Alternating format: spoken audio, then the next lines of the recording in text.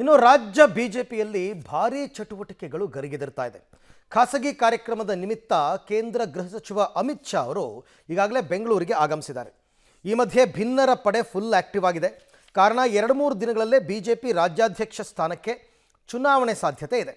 ಹೈಕಮಾಂಡ್ಗೆ ವಿಜಯೇಂದ್ರ ಪರ ಒಲವು ಇದೆ ಅಂತ ಹೇಳಲಾಗ್ತಾ ಇದೆ. ಬೆಂಗಳೂರಿಗೆ ಬಂದಿರುವ ಅಮಿತ್ ಶಾ ಅವರನ್ನು ಯಡಿಯೂರಪ್ಪನವರು ಭೇಟಿಯಾಗಿ ಪಕ್ಷದ ಪ್ರಮುಖ ವಿಚಾರಗಳ ಬಗ್ಗೆ ಚರ್ಚೆಯನ್ನು ಕೂಡ ನಡೆಸಿದ್ದಾರೆ.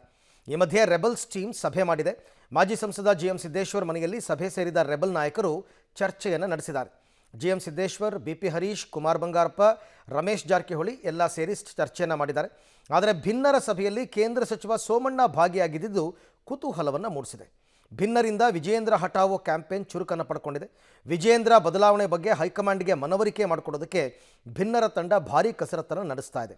ವಿಜಯೇಂದ್ರ ವಿರುದ್ಧ ಸದ್ದಿಲ್ಲದೆ ತಟಸ್ಥ ನಾಯಕರ ಸಹಕಾರ ಸಂಗ್ರಹ ಕಾರ್ಯ ಮಾಡ್ತಾ ಇರುವ ಭಿನ್ನರ ತಂಡ ಇವತ್ತು ಅಮಿತ್ ಶಾ ಅವರನ್ನ ಭೇಟಿಯಾಗೋದಕ್ಕೆ ಪ್ಲಾನ್ ಕೂಡ ಮಾಡಿಕೊಂಡಿದ್ದಾರೆ. ಈ ವೇಳೆ ವಿಜಯೇಂದ್ರ ವಿರುದ್ಧ ದೂರು ಕೊಡೋದಕ್ಕೆ ಸಹ ನಿರ್ಧಾರವನ್ನು ಮಾಡಿದ್ದಾರೆ.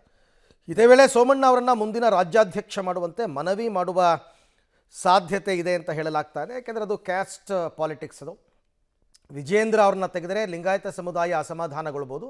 ಹಾಗಾಗಿ ಆ ಜಾಗಕ್ಕೆ ಸೋಮಣ್ಣ ಅವರನ್ನ ತರಬೇಕು ಅಂತ ಕೂಡ ಚರ್ಚೆಗಳು ನಡೀತಾ ಇದೆ. ಬಿಜೆಪಿ ಆಫೀಸಿಗೆ ಬಂದೆ, ಜೋಶಿ ಅವರು ಬರ್ತಾರೆ ಅಂದ್ರೆ ಮಾತಾಡ್ತೇವೆ ಹೊರಟಷ್ಟೇ.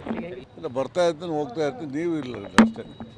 ಇದು ಏನು ಚರ್ಚೆ ಇಲ್ಲ, ಏನು ಮಾತಾಡೋದಿಲ್ಲ. ನಾನು ನಿಮಗೆ ಯಾವುದೇ ಬ್ರೇಕಿಂಗ್ ನ್ಯೂಸ್ ಕೊಡೋ ಅಂಥ ವ್ಯಕ್ತಿ ನಾನಲ್ಲ.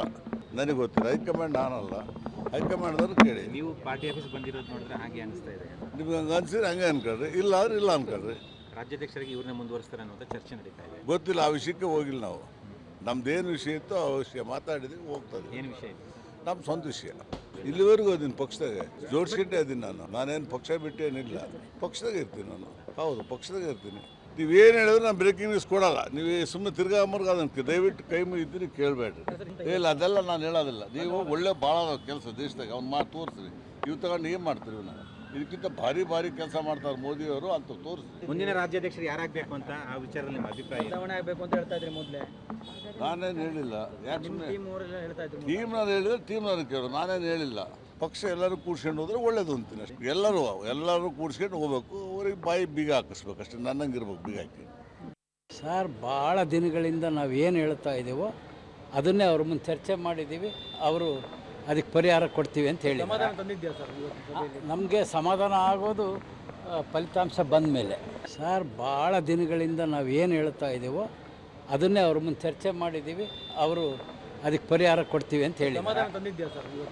ನಮಗೆ ಸಮಾಧಾನ ಆಗೋದು ಫಲಿತಾಂಶ ಬಂದ ಮೇಲೆ.